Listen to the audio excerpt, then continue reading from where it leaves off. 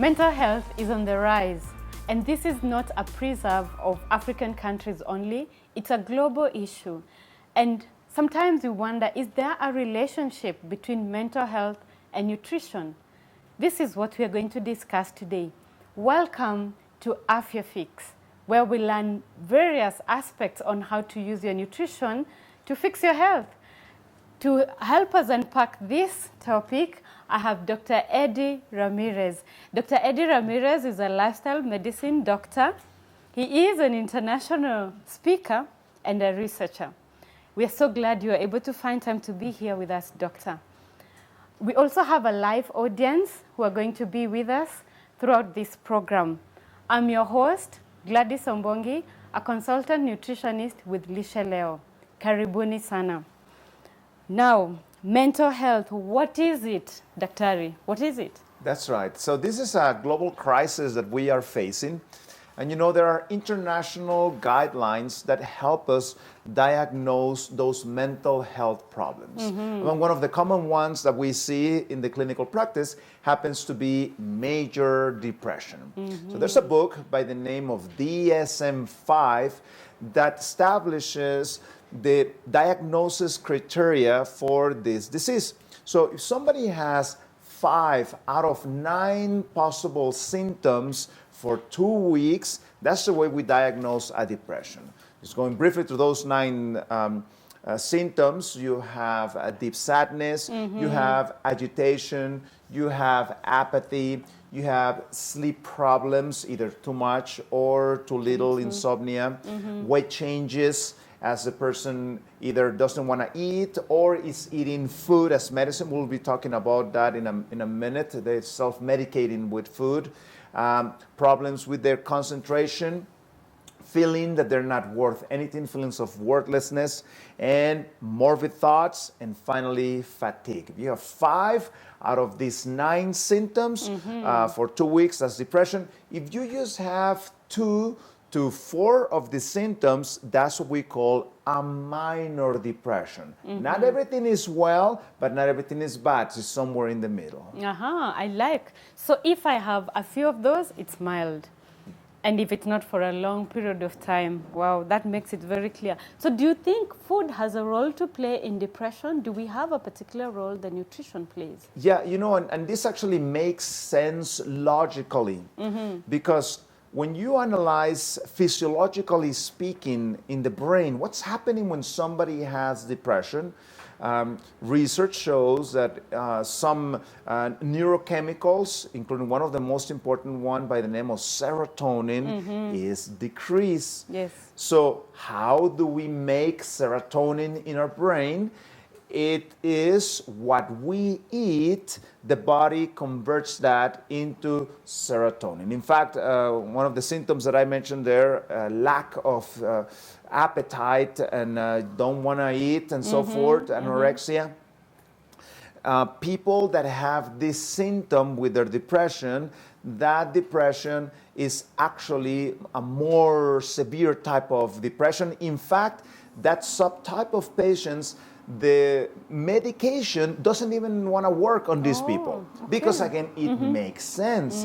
What we eat, if we don't have those materia to make those neurochemicals, as I take the medication, it doesn't work. So that's why nutrition is such an important factor in mental health. In fact, I have many patients as I'm interviewing them to try to understand, you know, where the origin of the problem comes from. And I started asking them about nutrition questions. They tell me, doctor, you're the first doctor that is asking me what do I eat, even though I've gone to many other doctors. How come you're asking me that? You know, I have to explain that, you know, the importance of nutrition and the mental health. I'm glad you're bringing it up quite early in this discussion, because you find most of the time we never see the correlation or any relationship between what we eat and actually how it affects our mental health. And are there ways, and even our depression actually, are there ways or have that you can actually look at this deeper, especially when you consider something that I read in one of your articles about the 10 hits, when we are trying to just dig deep and find out How did this depression come about? Would you take us through that particular part? Yeah, as you mentioned, I published a paper that came out on the American Journal of Lifestyle Medicine. If you want to access it, go to Francisco Ramirez ResearchGate. That'll take you there to that my page where what is there freely to read. And basically, we propose that there are 10 groups of causes that trigger depression. And somebody is going to have depression and or anxiety if they have 4 or more of these 10 possible groups of depression. And the way that we wrote this article, we went to scientific literature trying to find causes of depression that was documented by major universities' papers. And we group those 100 plus causes that we found into these 10 groups. And you can see those 10 groups on your screen. And one of them is the nutrition hit. Wow. So what would qualify if somebody has that nutrition hit? Well, it would qualify that nutrition hit if the person is having issues with their diet. So somebody, for example, that is eating too much animal products, too much meat, too much refined products, too much sugar. People use these foods as a temporary way of helping them improve their mental health. But the problem with this is that it's temporary. So you eat, for example, a cookie, a biscuit, you eat chocolate, Yes. you eat something sugary. It makes you feel good temporarily, but then you're going to crash down. And then you need a second dosage. And then the person, as it's self-medicating with food, calories accumulate, and then the person gains weight and so forth. So it's amazing what happens when you start changing the nutritional factors of our patients. And in fact, as you saw, it's multiple factors, but we believe that nutrition hit is something very important to improve the health of the patient. Among other things that we encourage our patients is we need to make sure that the folate levels are correct, that their vitamin B12 levels are correct. We actually make a blood test to try to find out that. And also key nutrients such as tryptophan. Tryptophan is such an important nutrient. I hope we can talk a little bit more about it in a minute. And things like folate and things like iron, excess cholesterol, and one of the most important ones regarding mental health that has been documented very well, omega-3s. So yeah, that's a little introduction. There's a few more there, but I think we should focus on those. So yes, it's true that there is quite a bit that nutrition, the role of nutrition in the management of mental health, and we cannot ignore. In fact, Doctor, I'd like you to spend a little more time and tell us about tryptophan. That's Would right. you like to explain what is it, and what does it mean, really? That's right. So tryptophan is what is called an amino acid. So we have the group of proteins, and proteins are divided among amino acids. So tryptophan is one of them. The reason why it can be a little bit problematic in some people is because it happens to be the less abundant amino acid in the diet. Okay? So tryptophan plays a very important role. With today's biochemistry understanding, we actually can trace what's happening to the tryptophan as it's been transformed into different things in our brain until it arrives into serotonin. And one of those intermediate steps is something that is called the 5-HTP. Now, the reason why other factors affect also is because, for example, stress interrupts the conversion of the tryptophan into that 5-HTP. Not only stress, insulin resistance. That's why in our program we have to deal with the insulin resistance to improve it, because it is hindering that conversion, and that's why also explains why somebody diabetic is more prone to diabetes, to depression compared to the other ones.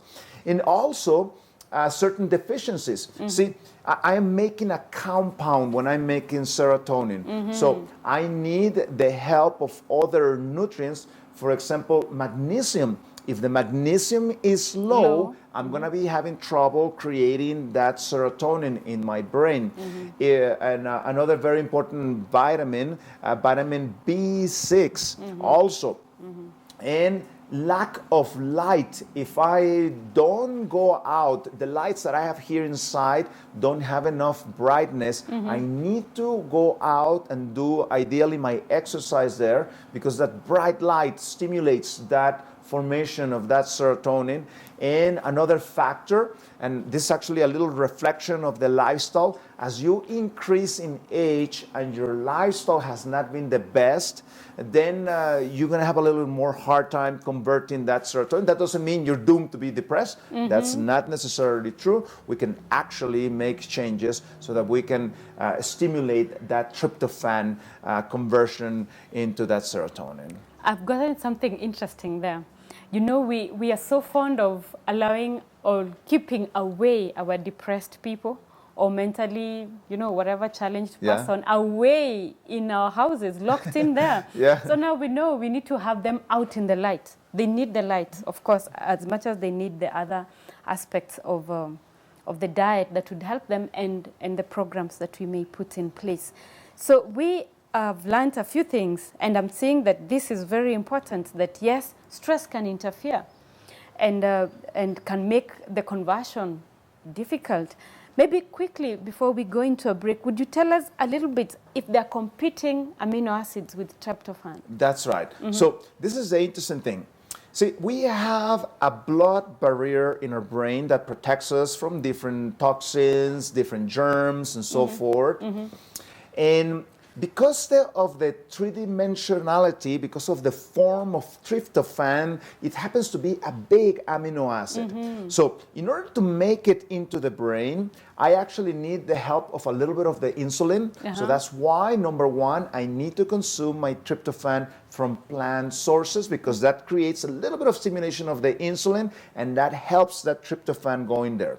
Number two, because of the size of the tryptophan, actually little tryptophan actually makes it into my brain. I can eat the tryptophan, for example, from animal products, but little actually makes it into my brain. Now, there are other amino acids that look like three-dimensionally like tryptophan. They're not tryptophan, they're other amino acids, but they kind of look alike. And they use the same mechanism to go inside the brain.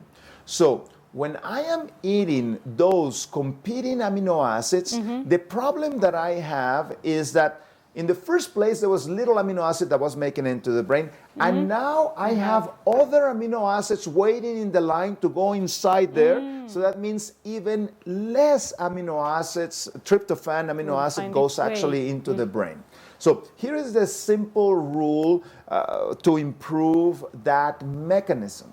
I need to cut down or eliminate the sources of animal products, because animal products are naturally high in those competing amino acids. And by switching to a whole food, plant-based diet, rich in tryptophan, in that way I change the ratio, more tryptophan, less competing amino acids, and in that way they make it into the brain. Foods such as almonds, such as tofu, such as pumpkins, such as tahini, sesame seeds, they are phenomenal in the ratio of tryptophan to the competing amino acids, and that's what we do in our program. We cut down those possible competing amino acids. For example, whole milk it has a good amount of tryptophan, but the problem is too much competition with the other ones is not the best thing. Better switch out to almond milk. In that way, you know, you are changing the ratio, and in that way you're able to increase what is called the central tryptophan, the tryptophan that actually makes it into the brain. So what you're actually saying then, we need to ensure that we minimize the competition. That the sources of our amino acids would actually compete ably and push out the little that we would get. And you have said it very clearly that we need to actually make sure that our sources are not from the animal sources, for the simple reason they have very high amino acids that compete with the tryptophan, which helps in the mental health management. And this is very exciting, and this is something that I would like us to pursue. But I'd like us to take a break now, so don't move, stay right there. We're going to take a short break, and we will be right back.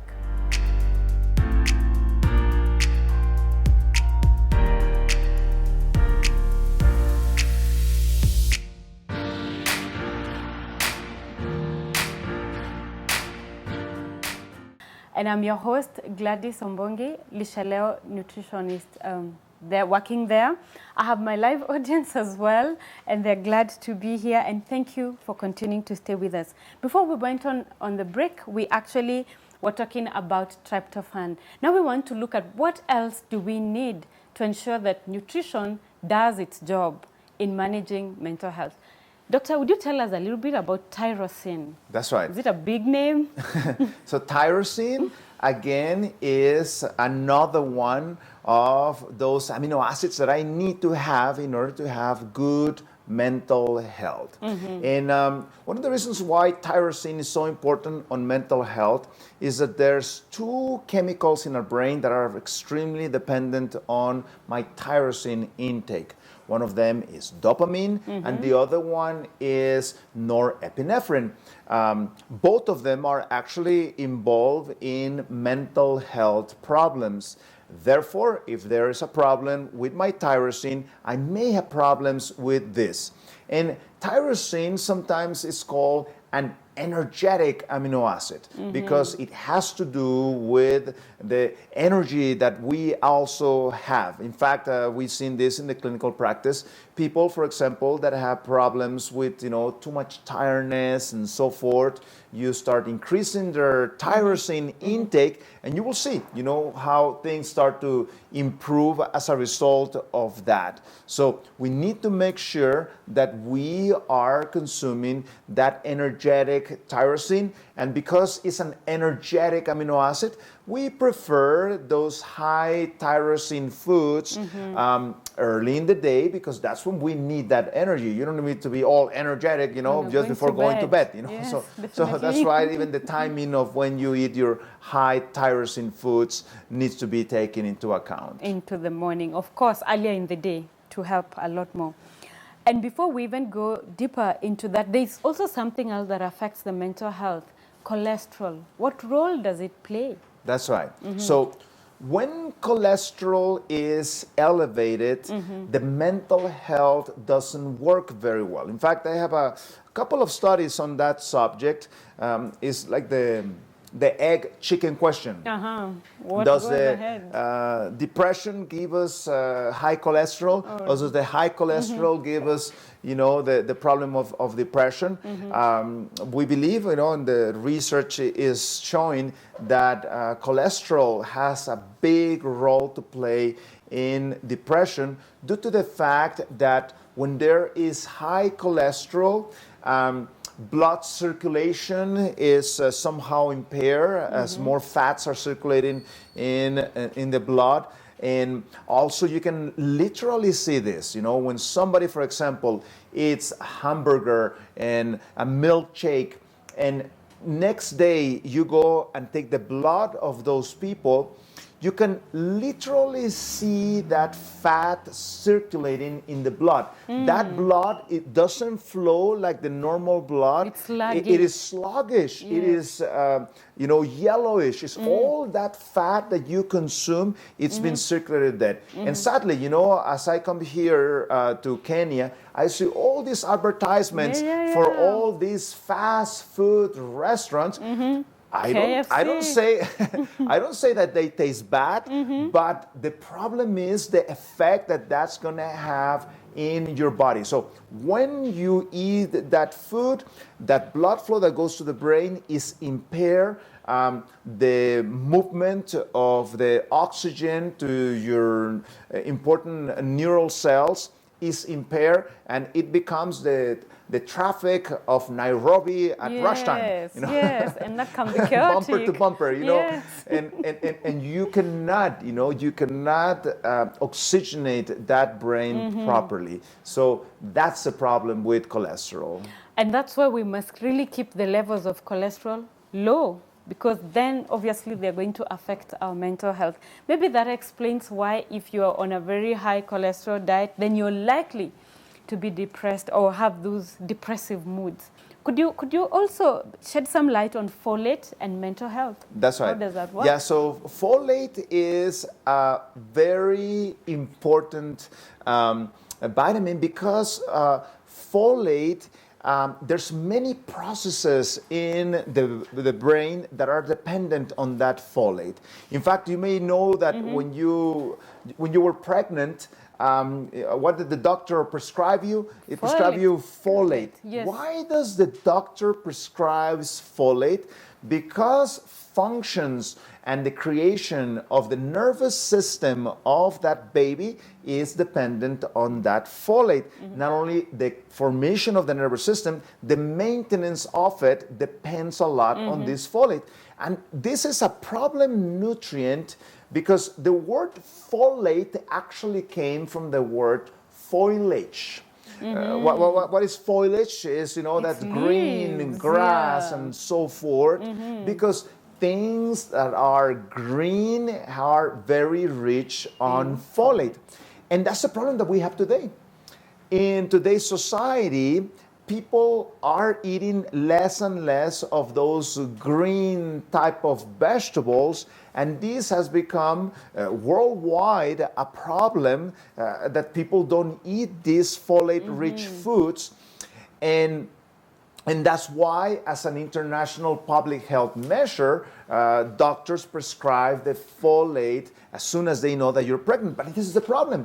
You should have had that folate before that. See, because the person knows that he's pregnant, 1 month, 2 months later, after actually the baby has started forming, and I needed that folate exactly at that stage.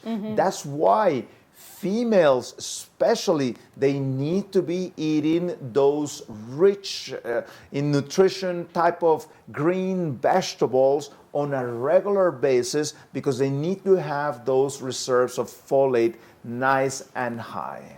And thank you for that, because it's true, you really need to prepare before pregnancy. In our future topics, we'll be handling that, and we'll be looking at how does this work when we will go into that particular area. And you said something that you need to have the reserves of this folate. That's right. But you find that most of the time, if you don't have, and you end up having the mother receive the folate maybe when a few months into the pregnancy, would this affect the mental health of the child? It could actually end up resulting in a malformation. I mean, this is something very serious. And that's why, you don't play with these things. Just to give you a little idea. For example, one of the biggest sources of folate are the black-eyed peas. I know Fabulous those. bean. Yes. That's a bean that every week, at least once a week, you should be consuming that. If you're not familiar with that one, it's the one that is kind of brown and has a little dark dot. That's the one that is the black-eyed peas. If you measure, for example, 1 cup of that black-eyed peas, it will provide you 1,057 micrograms of folate. That is way beyond, your daily requirement for folate. Now, compared to that, let's say that you eat an 8-ounce sirloin steak. How much folate does that have? 10. So I mean, you would have to be eating meat like a lion. I need 2 bucketfuls, and you still be getting just a little bit. So that's the mistake that we're seeing today. People think if they eat the meat, Animal the source. chicken, that's they're eating very well. It's actually the opposite. Research from Loma Linda University demonstrated you're more likely to fall into a deficiency if you're eating an animal-based diet than if you're eating a plant-based diet. And this is only the folate problem because animal products are deficient in nutrients. You need those vegetables, those legumes, those grains. That's where you find the biggest sources of nutrition. And I like the taste of the black-eyed pea. It actually tastes like folate. If you haven't tried it at home, you need to. You probably cannot eat them every day because they are almost nauseating because they have that particular taste of folate. You know, women who are pregnant, you have that nauseous effect.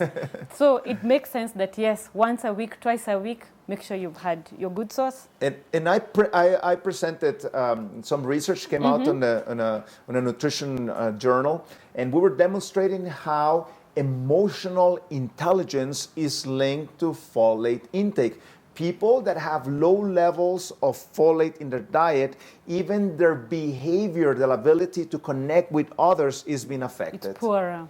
And you know, emotional intelligence is what helps us to have a good time together. Yes. So we really need that. Tell us a little more, Doctor, before we go into the research work, the foods that maybe meet about the 5 milligram rule, the cholesterol, do you have some of the foods that meet the 5 gram? That's right. So research from Dr. S. Steele from Mayo Clinic have demonstrated, and Dr. Dean Ornish have demonstrated that consuming more than 5 milligrams of cholesterol a day is linked to atherosclerosis, you know, closures of your arteries to your heart, to your brain, what will trigger in the future a stroke and a heart attack.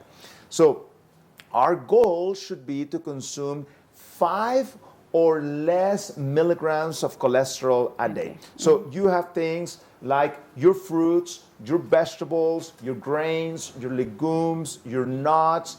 They don't have cholesterol, zero cholesterol.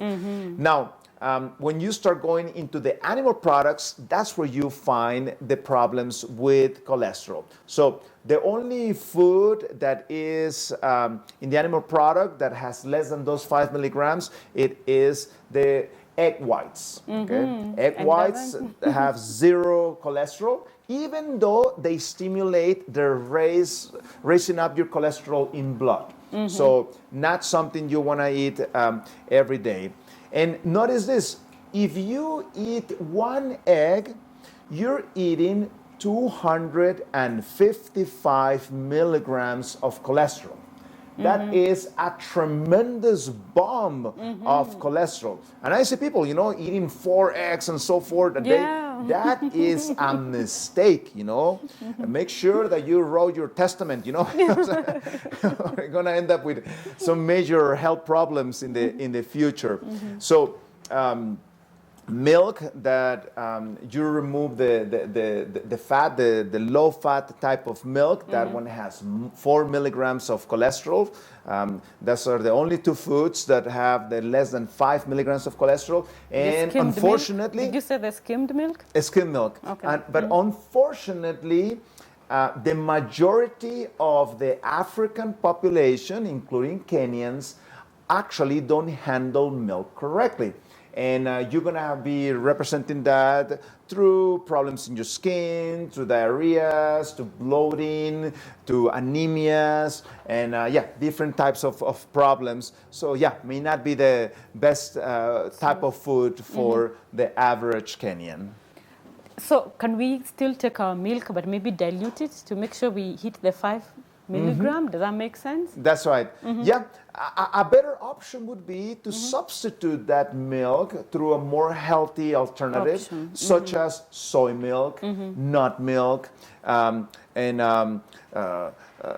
oat milk. Or you can even make your own milks. If you contact Gladys, she will be happy to share some of those recipes. You can make a wonderful milk, for example, with bananas, you know, good tasting milk that you can put in your cereal and so forth. So eating healthy doesn't mean eating something that tastes bad. In fact, if it tastes bad, that means that it's not good, for you.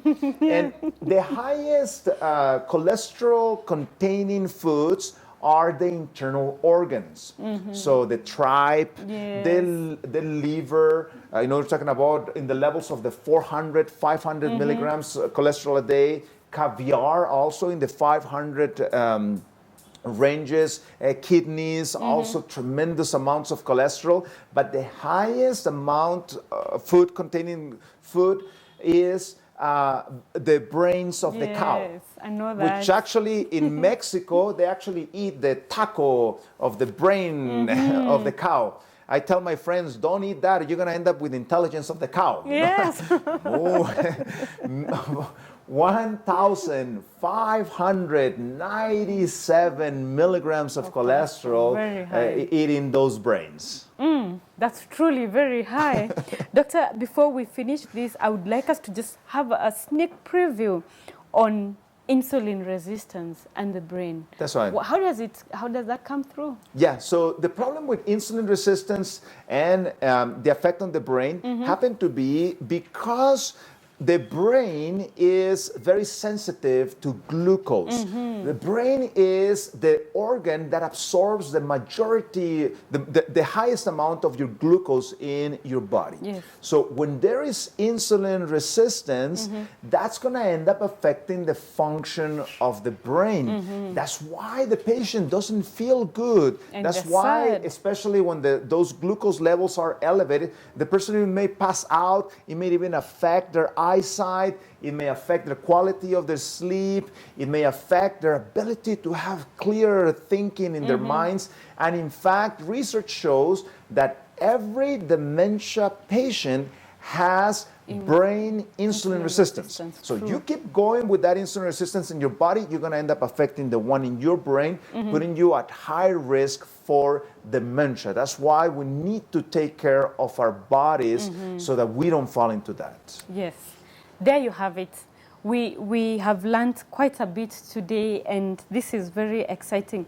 Could you give us just 2 tips, practical tips on how to prevent and reverse this very quickly? That's right. Yeah. So regarding insulin resistance, we need to switch to a whole food, plant-based diet without external oils, and we need to increase the amount of physical activity. Good. You can just implement those things, they'll play a huge effect. 2 things, physical activity, plant-based diets.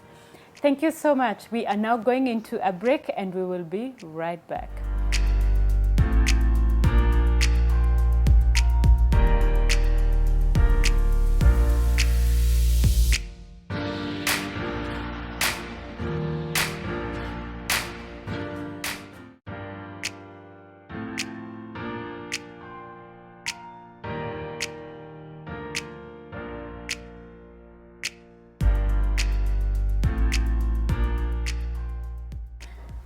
Welcome back. This is Afya Fix, and thank you for staying with us. I am your host, Gladys Ombongi, nutritionist from Lishe Leo, and I have my guest, Dr. Eddie Ramirez, lifestyle medicine doctor, international speaker, and a researcher. And of course, we have our live audience here with us. And now we're going into our Q&A, our question and answer session, and I'm going to ask our first member of the live audience to ask a question. Thank you very much, Doctor, for that wonderful session. My name is Ruth Musembi. So, yes, we are moving to whole food, plant-based diet. And I wanted to ask a question I hope is not off the mark about the use of microwave for warming food, rewarming food, cooking. Because you could be eating the right food, but then what would you say about using a microwave? That's a very good question. And we just have to understand how the microwave works. So the microwave is not actually using radiation. So radiation, I don't have to worry. What basically the microwave does, it vibrates the molecules of the food. So by vibrating the molecules of the food is when you're cold, you do this and you create heat. In the same way as the molecules are vibrating, that creates increase of temperature. So research show there's actually not a major loss of nutrients when you're using a microwave. So if you want to warm up your food on the microwave, that's completely okay. Okay, and in fact, the microwave has such a good barrier against that energy coming out of the microwave that you can do this experiment. If you put your cell phone inside your microwave, don't turn on, okay, the microwave just so that you can see this. Put the cell phone and close the door, and somebody calls the cell phone is not going to work because it effectively has good blockage of those energy waves and so forth. In fact, if it rings, that means it's time to replace your microwave in parentheses. But it shouldn't, it shouldn't be ringing. So that's how good the microwaves are, very well insulated, so that energy is actually not causing a negative effect. So it is safe to use our microwaves, and we have had this over and over again. So thank you for demystifying that. Let's have our next question. Thank you very much, Doctor, for that insightful information on nutrition and mental health and how it correlates. My question is on the issue of cholesterol. As a developing country, you find that eggs are an affordable source of protein for lots of families. And what would you recommend? How many eggs should someone take in a week or at all to reduce the high level that you've told us that one egg has 255 milligrams? And we note that eggs are used also in baking products like cakes and cookies and donuts and the like. What is your recommendation on such? That's right. Yeah, thank you. Yeah, that's actually a very good question.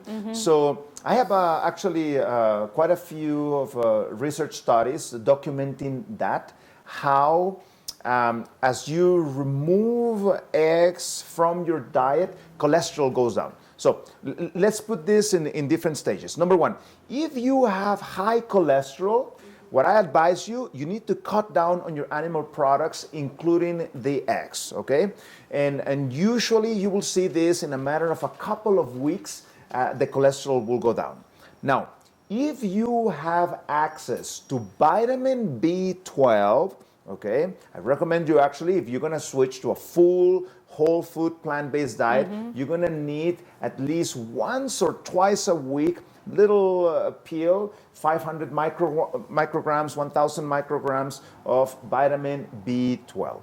If you are not able to have that vitamin B12, then I would suggest for you to eat one egg a week. Okay, that will be my recommendation. But it's not the ideal. It still is, as you saw, 255 milligrams of cholesterol. So it's a temporary patch there, So we can go ahead and do that. And regarding baking, how am I going to bake if I don't use eggs?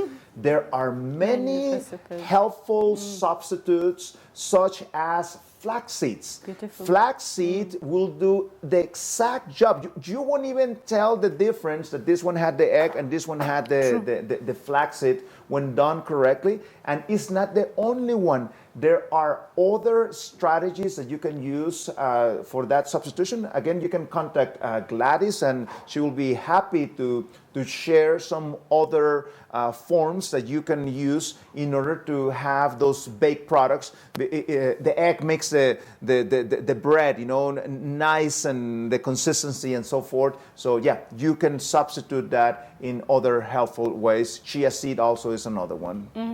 Actually, it's true. In fact, doctor, you need just 2 tablespoons of flaxseed, and that's equivalent of an egg in your baking process. So yes, you can actually reach out to us on our website. You can go to lisheleo.com, www.lisheleo.com. Then we have Lishe Daily, and you sign up there, and you'll always find our recipes, and you learn how to make some of these healthy baking substitution and still have it healthy. Okay, let's have another question. Thank you, Daktari, for that wonderful presentation. My question is, you've talked about all these foods that literally kill our brain cells. From your experience, how long does someone take to actually recover, quote unquote, after having, changed their diet and, adopted the new healthy lifestyle? And something else I also wanted to know, have you done any research for patients who are in addiction centers, patients who are in rehabilitation centers, Yes. probably from drug abuse, or those who get into depression? Have you done any research on that? If That's you right. could share that with us. That's actually a very good question. So let me answer the first question with a clinical case that we had the experience to have. So there was this nurse that was struggling very much with depression. So we went ahead and changed her diet. And we put her on the whole food plant-based diet together, with the other factors, the exercise and the rest and regularity and so forth. And her depression improved to the point that she thought, okay, I am better now, so that means I can go back to my old ways. So she stopped the plant-based diet, started eating again this heavy, refined animal product type of diet and so forth. And some weeks later, we were surprised when we received a call to go to the ICU because this nurse actually had become even suicidal. How severe her depression had fallen down. So again, we started making the changes and started prescribing that plant-based diet together with bright light, together with music therapy, together with hydrotherapy and all these aspects of things. You can go to my ResearchGate, Francisco Ramirez ResearchGate, if you want to see some of those details on my research paper. And then the patient started improving in a matter of days, Wow. Now, what role was just nutrition? What role was the other factors? I wish I could know, but the way we use these things, we apply them in a synergetic way, but we do believe that nutrition play a big factor, and very soon she was off, to normal floor in the hospital, and then soon she was home, depression-free in a few weeks. Wow. Now, the second question, have I done research on addictions? My focus on my addictions have focused on two things. One of them is tobacco smoking. You can find there my ResearchGate. I have quite a few studies on that, how smoking has a very negative effect not only on your depression, but also on your anxiety, which is the funny thing. If you ask somebody, why do you smoke? Many of them are going to tell you, oh, because I'm very anxious, and that helps me calm my anxiety. We found out that anxiety is actually worse among the smokers than the non-smoker. So if you want to deal with your anxiety, that's one of the first things that needs to go. Smoke. And the second one that I've done research has been alcohol. Alcohol is a carcinogen. Anytime you drink alcohol, you're increasing your risk of cancer. It's a frontal lobe suppressor. So that means that you actually increase the risk of depression. Depression causes a suppression of the frontal lobe. So I want to remove things that suppress the frontal lobe. And what research is showing is that tryptophan is essential when somebody's trying to overcome addictions. Central tryptophan that we're talking about, the one that is in the brain, the person tends to feel much better and less prone to fall, into needing something artificial to improve their moods and so forth. That's the reason why so many people, get a hold of the alcohol and so forth. You need to learn to use your thoughts to improve your mood. I have a video, you can actually watch it on my YouTube page, dredieramirez.com, in which I deal there with managing your mood correctly and so forth.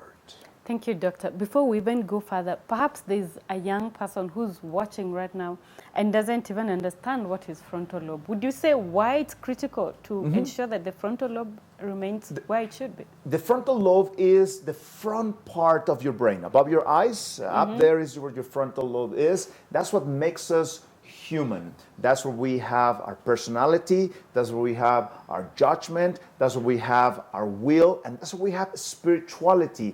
That's why spirituality is such an essential element at helping somebody overcome addictions. The best addiction recovery programs have that spiritual element. You know, when you read the Bible, when you pray, when you sing praise songs, you stimulate the frontal lobe. This is what studies have documented very well. So you need a power more stronger than yourself to overcome that. The doctor doesn't have it. You need somebody like God that is able to change those circuits inside here and will be able to give you the victory.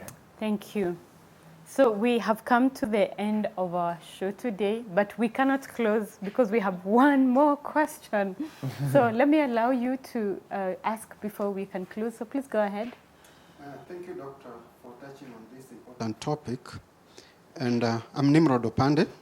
And my question is, what we hear, what we see, does they also affect our frontal lobe? Do they also impair our frontal lobe? And then on medication and treatment.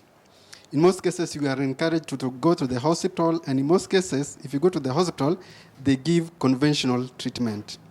What is the effect of conventional treatment compared to using natural treatment? Those are very good questions. They're deep, you know. So Yeah. I'm gonna go just briefly. So yes, your senses, you need to control your senses. You know, for example, something sadly common, pornography. Pornography has a frontal lobe suppression on your brain. So that's why somebody that is, struggling with depression, as far away, find somebody accountable, delete the stuff that you have, in your computer that may be causing this type of effect. Music. I have a paper that I did on that. You can find it there on my ResearchGate, in which we found that people that watch MTV, music television, all these videos and stuff, have double the rate of smoking as those people that don't watch that type of programming. Because that type of music is two reasons. Has a frontal lobe suppression effect, and number two, the artists, they're drinking and they're smoking and they make it look so glamorous to do this type of behavior. So you end up copying that behavior. So yes, that's the issue with your senses. And number two, what about medications and so forth? We actually try the patients to help them get off the medication. Our research shows on more than 9,000 people that 90% of our patients are able to overcome depression without using medication. So there's a small subgroup there that may need that medication, wisely given and the right dosage.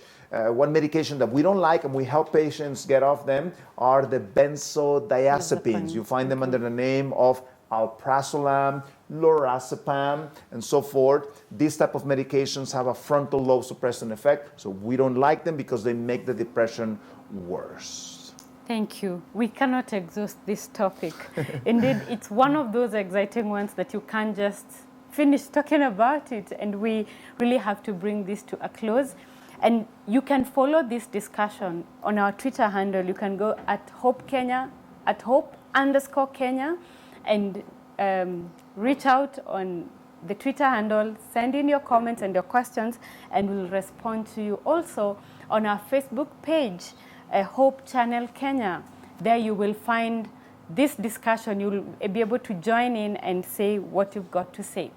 And later you can view this also on the YouTube channel that we have. We have to bring this to an end, and I'm really so thankful, Doctor, that you have found time. Thank you so much, audience. You've made it exciting. You've engaged us meaningfully. And we are so thankful for you, viewer at home, for staying with us. I was your host for this program, Gladys Ombongi. May God bless you. Thank you so much. Bye-bye.